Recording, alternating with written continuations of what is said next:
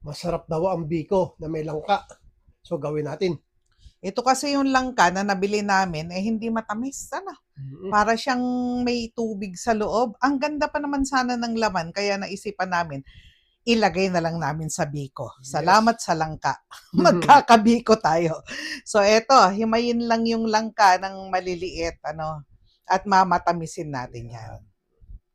So ilagay na yan dyan. 2 cups na langka, saka 1/4 cup na white sugar. Lulutuin natin yan sa low heat. Yung medium low heat lang. Huwag naman yung sobrang hinang-hina. Kasi ihintay natin yan hanggang mag-caramelize. Ayan. Pag ganyan na, okay na yan. So, gagawa tayong latik. Ito ay kalahating kilo ng coconut cream, yung kakanggata na purong-puro lulutuin natin ito hanggang sa maglatik siya. 2 nyug ito. Kung kayo ay magpapagawa, 2 nyug na malalaki. Ayan, dahan-dahan lang sa paghalo para hindi madurog yung inyong latik. So ayan, pag nag-brown na, hanguin na kasi iitim yan pag hinayaan nyo siya dyan.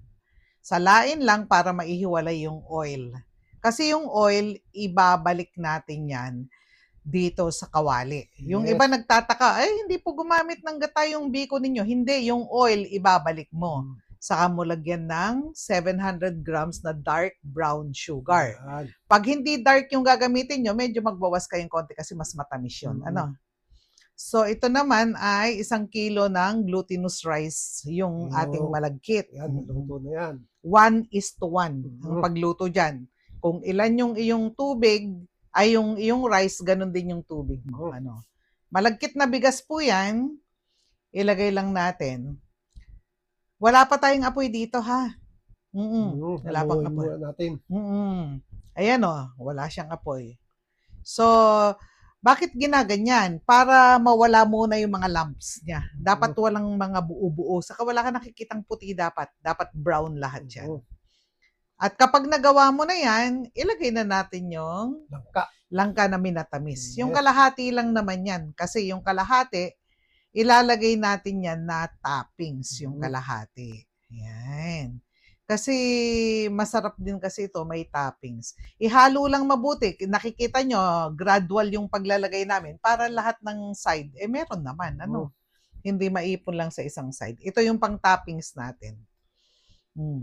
So, pag nahalo na mabuti, pwede na nating apoyan. Ayan na. Maghahalo na si Mang Peps. Bibilang na tayo ng 15 minutes. Dapat 15 minutes ang paghahalo nito.